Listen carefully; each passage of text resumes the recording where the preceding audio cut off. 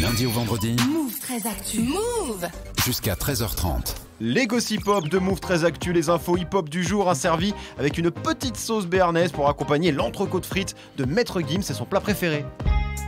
Oui, c'est aujourd'hui d'ailleurs aussi que sort le 3e album solo de Maître Gims, Ceinture Noire. Et on n'en sait plus sur la personne qui écrit pour que Maître Gims devienne cette machine à tube, comme on disait sur M6 en 93. C'est vrai qu'on disait ça. Parce que Gims n'écrit pas ses textes. Collabore.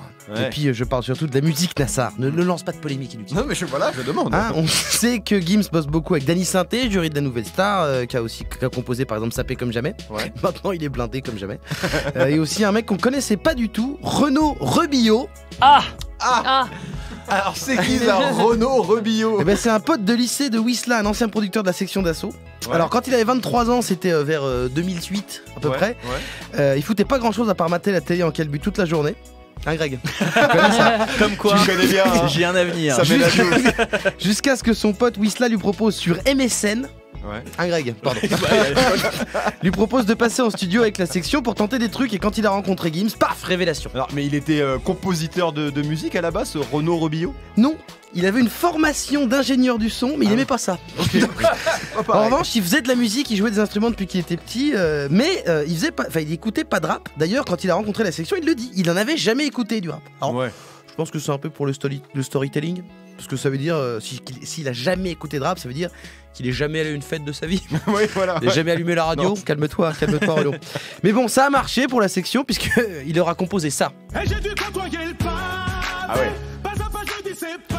Ah oui, donc là, pour un mec qui connaissait pas le rap, c'est le hold-up total. Hein. Alors pas immédiatement, il a touché les droits d'auteur plus d'1 an après. Et pour l'anecdote, un jour sa carte bleue est pas passée alors qu'il était dans un bar qui passait désolé à la radio. Mindfuck absolu. C'est très, Genre, très drôle. T'imagines, t'es avec une meuf, la meuf dit tu fais quoi dans la vie? Ben j'écris le titre là, mais t'as pas 50 balles. Bordel. Et ensuite il a enchaîné avec Gims en solo, avec des sons que vous connaissez peut-être. Je sais pas si vous avez déjà entendu ce petit son. Ça marchera jamais. Voilà, il a fait Je me tire là, qui est en fond sonore qu'on écoutait tout à l'heure, et il a aussi fait le nouveau son de Gims avec Vianney.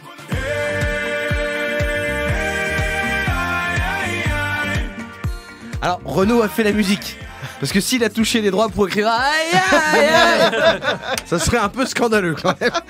Si vous voulez en savoir plus, il y a le portrait complet de lui dans le journal 20 minutes. Merci beaucoup Guéran, toute l'actu hip-hop en temps réel, c'est évidemment sur move.fr.